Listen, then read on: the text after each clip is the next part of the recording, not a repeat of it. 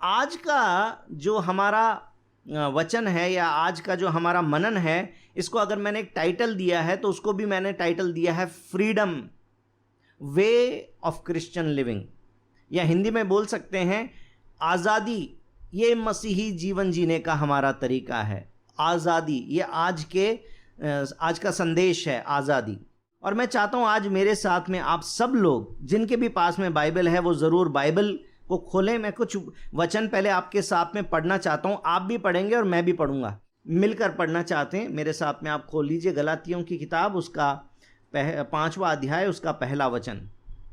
मसीह ने स्वतंत्रता के लिए हमें स्वतंत्र किया है, अतः इसी में स्थिर रहो और दासत्व के जुए में फिर से ना जुतो। दूसरा वचन यूहन्ना की किताब, उसका 8वां अध्याय और उसका 36 वचन मैं आपके साथ में पढ़ूंगा, आप भी मेरे साथ में पढ़िए। यूहन्ना की किताब 8वां अध्याय और उसका 36 वचन लिखा है, इसलिए यदि पुत्र तुम्हें स्वतंत्र करेगा तो सचमुच तुम स्वतंत्र हो। इस बात को अंगीकार अपने मुंह से इस प्रकार से करें, इसलिए यदि पुत्र मुझे स्वतंत्र करेगा तो सचमुच मैं स्वतंत्र हो जाऊंगा। तीसरी रोमियो की किताब में, उसके 8वें अध्याय में आ जाइए, 3 वचन वहां से पढ़ेंगे हम। रोमियो की किताब, उसका 8वां अध्याय, उसका पहला वचन पढ़िए। अतः अब जो मसीह यीशु में हैं उन पर दंड की आज्ञा नहीं है। इसको अपने लिए अंगीकार करते हुए बोलिए, अतः अब मैं जो मसीह यीशु में हूं मुझ पर दंड की आज्ञा नहीं है। आमीन। इसी का 31 वचन भी निकाल के पढ़िए, 31 वचन भी हम पढ़ेंगे, रोमियो 8 उसका 31। अतः हम इन बातों के विषय में क्या कहें, इसके आगे मेरे साथ पढ़िए। यदि परमेश्वर हमारी ओर है तो हमारा विरोधी कौन हो सकता है। इसको अपने लिए अंगीकार करके बोलिए, परमेश्वर मेरी ओर है, मेरा विरोधी कोई भी नहीं हो सकता है। आमीन। और इसी का 37 वचन भी हम लोग निकाल के पढ़ें। परंतु इन सब बातों में हम उसके द्वारा जिसने हमसे प्रेम किया है जयवंत से भी बढ़कर हैं। बोलिए, मैं मसीह में जयवंत से भी बढ़कर हूं। आमीन। बोले यीशु मसीह की जय। ये जो आज विश्वास का अंगीकार मैंने किया है, इसको याद रखना है। ये विश्वास का जो अंगीकार है ये हमारे आत्मिक जीवन की बुनियाद है। मेरे भाइयों और बहनों, मैं आज आपके साथ में ये बात इसलिए कर रहा हूं क्योंकि बीते दिनों में मैंने बुनियादी मैसेजेस आपको दिए थे, बुनियादी संदेश दिए थे, और मैंने आपको बताया था कि उद्धार कैसे होता है। जब हम पापों की क्षमा मांगते हैं, प्रभु यीशु मसीह को मुक्तिदाता के रूप में जब हम ग्रहण करते हैं तो हमारा उद्धार हो जाता है। उद्धार की आशीष के बारे में मैंने बताया, उसके साथ जुड़ी हुई बहुत सारी आत्मिक आशीषों के विषय में मैंने बताया, और उससे जुड़ी हुई जो उद्धार के साथ साथ में मिली हुई हमारे लिए जो एक आत्मिक आशीष है वो है आज़ादी। वो है आज़ादी। विश्वास करने से उद्धार के साथ साथ ये आशीष हमको मिली है जो अभी हमने बोली। कौन कौन सी आशीष मिली है? कि मैं स्वतंत्रता के लिए स्वतंत्र कर दिया गया हूं। पुत्र ने मुझे स्वतंत्र किया है, इसलिए मैं सच में स्वतंत्र हूं, क्योंकि मसीह में मैंने विश्वास कर लिया। मुझ पर कोई दंड की आज्ञा नहीं है। मसीह मेरे साथ है तो मेरा विरोधी कौन हो सकता है, और मैं मसीह में जयवंत से भी बढ़कर हूं। ये हमारी आशीष है, ये हमारी पहचान है। मेरे भाइयों और बहनों, मसीह ने हमें आज़ाद कर दिया है। पहले तो मैं ऐसा नहीं था, पहले तो मैं परमेश्वर को नहीं जानता था। आप बहनें बोल सकती हैं, मैं तो परमेश्वर को पहले नहीं जानती थी। तब किसका डर लगता था? तब बहुत चीज़ों का डर लगता था। मैंने आपको बताया था ना, कोई छींक दे तो डर लग जाता था, अरे काम बिगड़ जाएगा। बिल्ली रास्ता काट जाए, डर लगता था। शनिवार को लोहा घर में ले आए, फिर डर लगता था। कोई बोले कि शनिवार को लोहा क्यों खरीद के ले आए, बृहस्पतिवार को ये वाले रंग के कपड़े पहनेंगे। और कई कई बातें थी जिन बातों के कारण डर लगा करता था, लेकिन मसीह ने हमारे डर को मिटा दिया है। प्रभु यीशु ने क्या किया है शैतान के साथ में और मृत्यु के साथ में, मैं आपके साथ में कुछ एक वचन निकाल के बताऊंगा।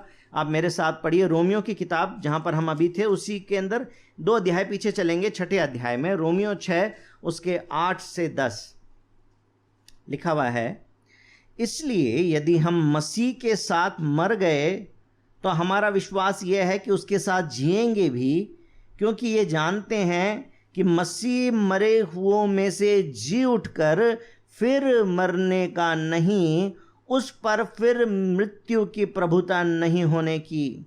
क्योंकि वो जो मर गया तो पाप के लिए एक ही बार मर गया, परंतु जो जीवित है तो परमेश्वर के लिए जीवित है। मसीह एक बार मर गया, परंतु मृत्यु पर जय पाकर यीशु मसीह जी उठा है। यीशु मसीह जी उठा है और बाइबल में लिखा है कि वो फिर से मरने का नहीं। और बाइबल के अनुसार हम जानते हैं कि यीशु मसीह जीवित स्वर्ग में उठा लिए गए, आज भी जीवित हैं, हमारी प्रार्थनाओं को सुनते हैं। और मैं जानता हूं कि हम में से हर एक के पास में इस प्रकार की गवाही है कि हमने प्रभु से प्रार्थना किया और परमेश्वर ने हमारी प्रार्थनाओं को सुना है। वो जीवित परमेश्वर है। और साथ साथ में सिर्फ इतना ही नहीं है कि यीशु मसीह मुर्दों में से जी उठा, बल्कि क्या लिखा हुआ है, जो मर गया वो पाप से छूटकर, 8वें वचन से पढ़ता हूं, 7वें से पढ़ दिया मैंने। इसलिए यदि हम मसीह के साथ मर गए तो हमारा विश्वास यह है कि हम उसके साथ जिएंगे भी। सिर्फ मरे नहीं रहेंगे। हाँ, इस दुनिया के अंदर ये शरीर तो मिट्टी का शरीर है, ये तो एक दिन मिट्टी में मिल जाएगा, है ना। कोई बीमार होके भी मर सकता है, कोई एक्सीडेंट से भी मर सकता है, कोई पूरी उम्र लेके भी मर सकता है, लेकिन ऐसा कोई भी नहीं है जो कितना भी च्यवनप्राश खा ले तो जाके और जिंदा ही रहेगा और फिर मरेगा ही नहीं। ऐसा कभी भी नहीं होगा। प्रभु यीशु का लहू हमको जीवन देता है, वो हमेशा जिंदा रखेगा। कुलुस्सियों की किताब उसका 2 अध्याय 15 वचन, मैं कुछ बातें आपको दिखाना चाह रहा हूं ताकि आपका भरोसा परमेश्वर में बढ़े और आपको मालूम चले कि हमारा परमेश्वर कैसा परमेश्वर है। कई बार शैतान से डर लगता है, कई बार परिस्थितियों से डर लगता है, इसलिए मैं आपको दिखाना चाहता हूं कि उस शैतान का परमेश्वर ने क्या किया है। पहले तो मैंने मृत्यु का बता दिया, मृत्यु का डंक यीशु मसीह ने तोड़ दिया, है ना। मृत्यु का डंक टूट गया, अब मृत्यु का हमारे ऊपर कोई भी अधिकार नहीं है।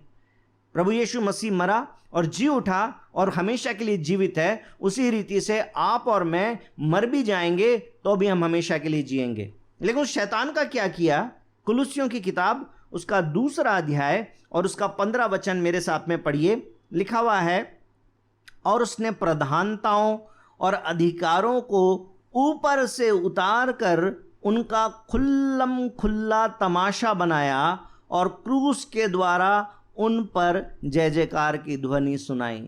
शैतान और उसकी तमाम शक्तियां, शैतान ने इस दुनिया के अंदर परमेश्वर से आज्ञा पाने के बाद, याद रखिए, जब तक परमेश्वर ने उसको आज्ञा नहीं दिया, जब तक परमेश्वर ने उसको परमिशन नहीं दिया कि तू मेरे बच्चे की, मेरे विश्वासी की परीक्षा कर सकता है, टेस्ट कर सकता है, तब तक शैतान के बस की बात नहीं थी कि वो अय्यूब को हाथ लगा देता।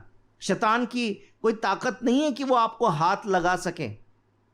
और ये तो पुराने नियम की बात है, जब तो प्रभु यीशु मसीह क्रूस पर भी नहीं चढ़ा था, प्रभु यीशु मसीह ने तो शैतान का खुल्लम खुल्ला मजाक भी नहीं बनाया था, तब भी उसके बस की बात नहीं थी कि परमेश्वर के धर्मी जन को हाथ लगा पाता।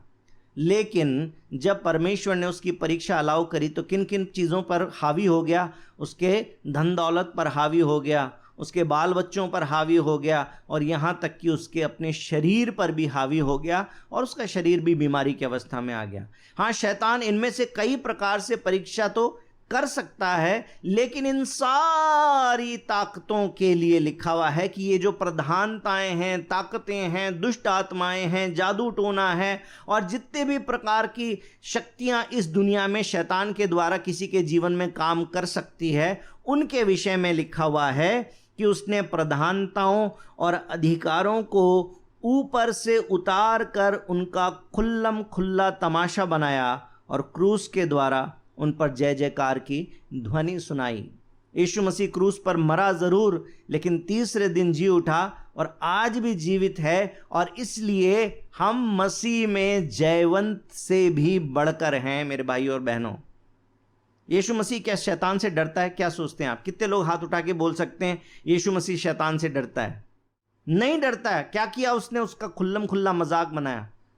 क्या हम जो यीशु के विश्वासी हैं, हमें शैतान से डरने की ज़रूरत है? हमें शैतान से डरने की ज़रूरत नहीं है। एक प्रभु के बड़े अच्छे दास हैं, उनसे मैंने इस बात को सीखा कि जब कभी शैतान आपको डराने की कोशिश करे और आपका पास्ट आपको याद दिलाए, बीते समय में आपने जब भी कभी कोई पाप किया था या किसी अंधकार में पड़े हुए थे, बुराई में पड़े हुए थे, तो आप उसको उसका फ्यूचर याद दिला देना। जब वो आपको आपका पास्ट याद दिलाए तो आप उसको उसका फ्यूचर याद दिला देना। क्या फ्यूचर है मैं बताता हूं आपको, मेरे साथ में निकालिए प्रकाशित वाक्य 20 अध्याय उसका 10 वचन। उनका भरमाने वाला शैतान आग और गंधक की उस झील में, जिसमें वो पशु और झूठा भविष्यवक्ता भी होगा, डाल दिया जाएगा, और वो रात दिन युगान युग पीड़ा में तड़पते रहेंगे। यह है शैतान का अंत। शैतान का अंत क्या होगा? आग की झील में परमेश्वर उसको डाल देगा और युगान युग पीड़ा में तड़पता रहेगा। आपको लगता है कि ऐसे शैतान से प्रभु यीशु को डर लगता होगा? प्रभु यीशु को तो डर नहीं लगता मेरे भाई और बहनों। उसने तो खुल्लम खुल्ला मजाक बना दिया, और एक दिन उस शैतान को दंड भी दे देगा, उसको आग की झील में भी डाल देगा। लेकिन मैं अब आपको एक बात बताऊं, बहुत सारे विश्वासी डरते हैं शैतान से। बहुत सारे विश्वासी शैतान से डरते हैं। मसीह में तो आ गए, विश्वास में आ गए, पर कोई तो नए विश्वासी हैं इसलिए डरते हैं क्योंकि उनको सारी जानकारी नहीं है वचन के बारे में। ये पता नहीं है शैतान का अंत क्या होगा, शैतान की ताकत कितनी है। और बहुत सारे पुराने विश्वासी भी डरते हैं क्योंकि उनको पासबानों ने डरा दिया है। लेकिन मैं आपको बता दूं बाइबल क्या बोलती है। बाइबल कहती है कि परमेश्वर ने हमें भय का आत्मा नहीं दिया है। इसका मतलब हमें किसी से डरने की जरूरत नहीं। सिर्फ एक भय जो हेल्दी है, जो परमेश्वर ने आपके और मेरे लिए अलाउ किया है, वो है परमेश्वर का भय।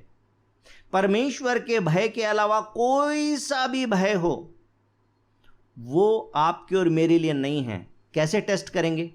कैसे टेस्ट करेंगे कि ये भय जो है परमेश्वर का भय है कि नहीं है?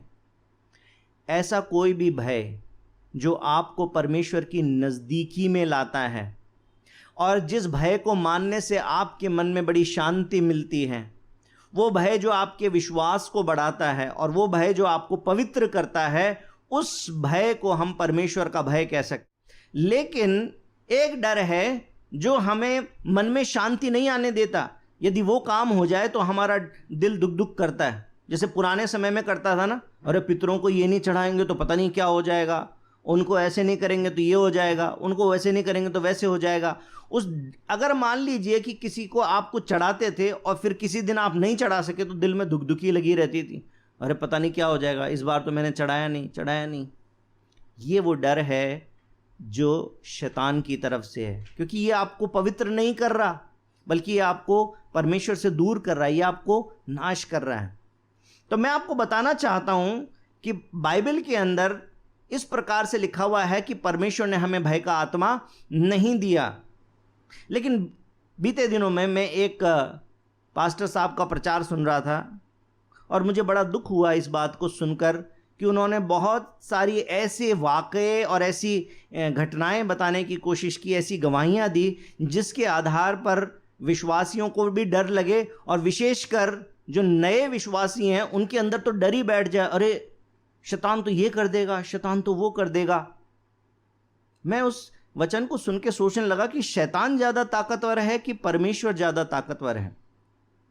ये तो ऐसी बात हो गई कि मैंने किसी के ताबीज़ को हाथ लगा दिया तो अब उसके बाद में मैं डर जाऊं। इसलिए डर जाऊं क्योंकि अब तो पवित्र आत्मा जो मेरे अंदर बैठा था वो तो एक कोने में जाके डर के बैठ जाएगा, और अब तो दुष्ट आत्मा जो है वो तो मेरे ऊपर अधिकार कर लेगा, क्योंकि पवित्र आत्मा तो कमज़ोर है। क्या पवित्र आत्मा कमज़ोर है मेरे भाई और बहनों कि वो एक कोने में दुबक जाएगा? और मैंने किसी के ताबीज़ को हाथ लगा दिया तो उसके बाद में अब वो शैतान की शक्ति मुझ पर हावी हो जाएगी।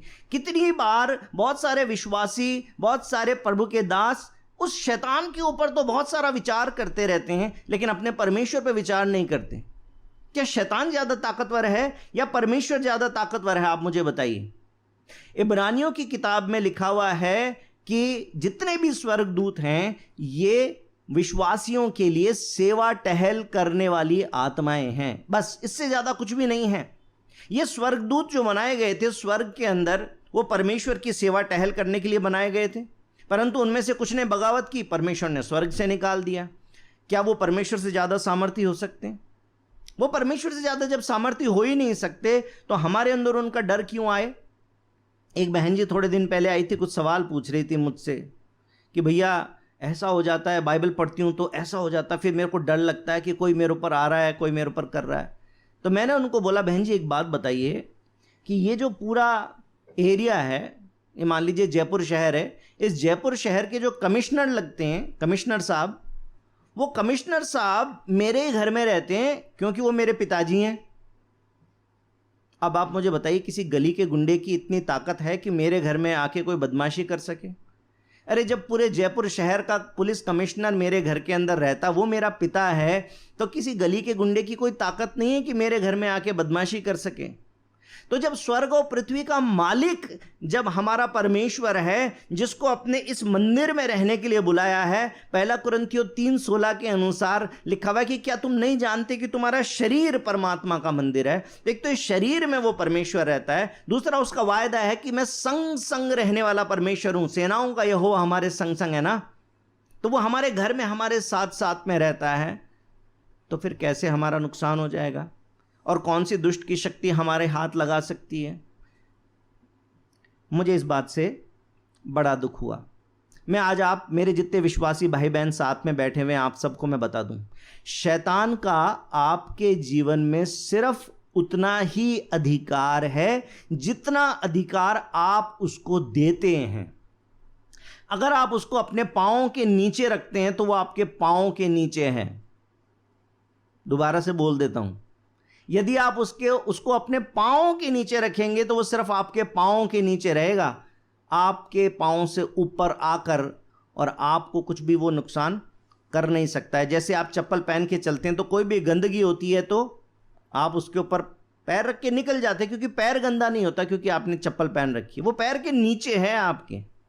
शैतान आपके पैरों के नीचे है, क्योंकि यीशु मसीह ने उस शैतान को कुचल दिया है। हम यीशु के लोग हैं, यीशु का पवित्र आत्मा हमारे अंदर रहता है, हमें डरने की जरूरत नहीं है।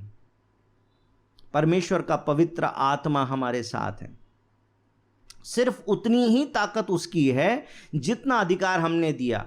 मान लीजिए कमिश्नर साहब तो मेरे घर में रहते हैं, मेरे पिताजी हैं, लेकिन मैंने गली के गुंडे से दोस्ती कर ली। अब वो आता है तो उसको मालूम है कमिश्नर साहब का घर है, ऐसे तो आ नहीं सकता, इसलिए बाहर से एक SMS करता है, अरे मैं आ रहा हूँ भाई, दरवाज़ा खोल दे ज़रा। फिर मैं बाहर जाके गेट खोल के आ जाता हूँ उसके लिए। और कभी कभी वो यहाँ डोर तक आ जाता है, घंटी बजाता है, तो मैं उसके लिए दरवाज़ा खोल के बोलता आओ बैठो। अब मैं उसके लिए सोफ़ा लगाता हूँ, तो फिर तो बैठेगा ही। अगर शैतान को हम समझेंगे कि वो कुछ है, वो मेरा कुछ कर सकता है, तो फिर वो करेगा।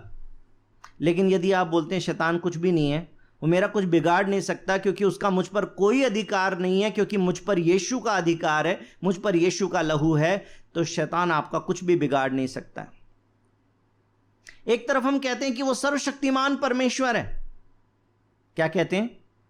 सेनाओं का यहोवा हमारे संग संग है, याकूब का परमेश्वर हमारा ऊंचा गढ़ है, जिसने आकाश बनाया, जो सर्वशक्तिमान प्रभु है, वो सेनाओं का यहोवा हमारे संग संग है। अभी गीत में गाया, और फिर बाद में डरते हैं ताबीज के हाथ लगाएंगे तो दुष्ट आत्मा आ जाएगा मेरे घर में।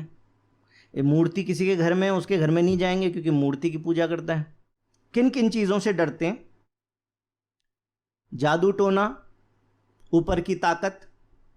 गिनती की किताब 23 अध्याय 23 वचन में आइए मेरे साथ में, लिखा है, निश्चय कोई मंत्र याकूब पर नहीं चल सकता और इज़राइल पर भावी कहना कोई अर्थ नहीं रखता।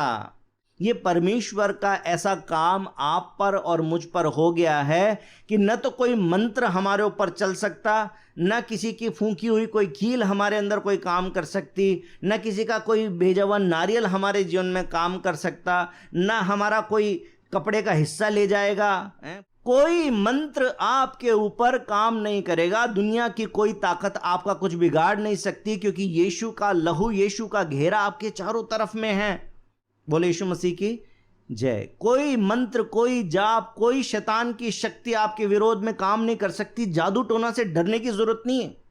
कोई मंत्र, कोई जादू टोना आपके खिलाफ काम नहीं कर सकता। पहला कुरिन्थियों 8 उसका 4 से 7 इस प्रकार से लिखा हुआ है, अतः मूर्तियों के सामने बलि की हुई वस्तुओं के खाने के विषय में हम जानते हैं कि मूर्ति जगत में कोई वस्तु नहीं और एक को छोड़ कोई परमेश्वर नहीं है। जादू टोना का ऊपर का डर लगता था ना, मिट गया, क्योंकि बाइबल में साफ साफ लिखा हुआ है कि कोई मंत्र आपके खिलाफ काम नहीं कर सकता। और किससे डर लगता है? मूर्ति। मेरे भाई और बहनों, बहुत सारे विश्वासी जो है बड़ा डरा देते हैं, नहीं मूर्ति होगी तो वहाँ पे नहीं जाना, पूजा पाठ के स्थान पे नहीं जाना। मैं आपको बताता हूँ, एक आपसे सवाल है मेरा। आप एक सरकारी दफ्तर में जाना चाहते हैं जिसके ऊपर आपके पेपर के ऊपर सील लगना जरूरी है, परंतु वो दफ्तर का जो दरवाज़ा है वो 5 फुट का ही रखा हुआ उन्होंने। आप हैं 6 फुट के आदमी। सामने कुर्सी पर बाबू बैठा हुआ है, परंतु बाबू ने अपने ऊपर लक्ष्मी जी की मूर्ति लगा रखी है। अब आपको अगर उस दरवाजे से प्रवेश करना तो सर झुका के प्रवेश करना पड़ेगा, वरना आप जा नहीं सकते। तो क्या करेंगे? नहीं जाएंगे, अपने पेपर पे सील नहीं लगवाएंगे। मान लीजिए वो आपके वीज़ा की सील है, आपको विदेश जाना है, वीज़ा उसी से लगेगा। अगर सील नहीं करेगा तो वीज़ा नहीं, जा नहीं सकते। क्या करेंगे? आपको लगता है कि थोड़ा सा सर झुका के उस दरवाजे से प्रवेश करके उससे सील लगवाने से आपने भगवान के आगे सर झुका दिया?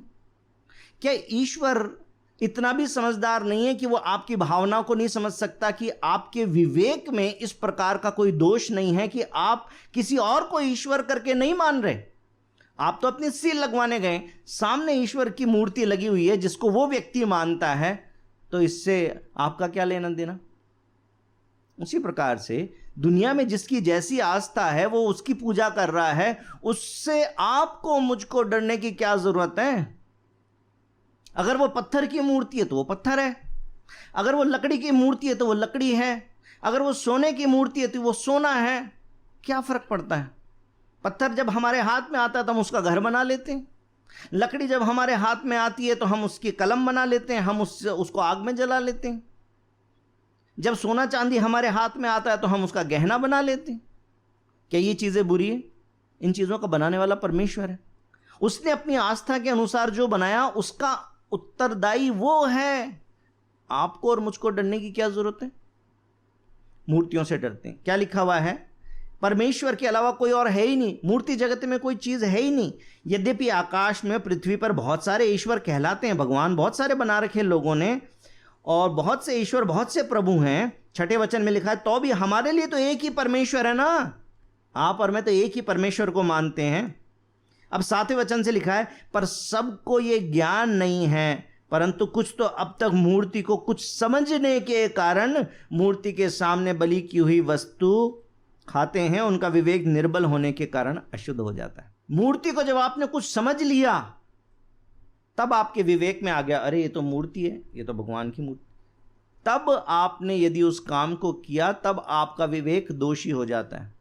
अगर मैं ही होता, मान लीजिए आपके सामने, जो मैं देखता कि इसने इस कमरे में प्रवेश किया है और वहाँ पे सामने मूर्ति थी और इसने ऐसे झुका के प्रवेश किया, क्या मैं इतना निर्बुद्धि हूँ कि इतनी सी बात ना समझ सकूँ कि दरवाज़ा छोटा है, आदमी 6 फुट का है इसलिए झुक के गया?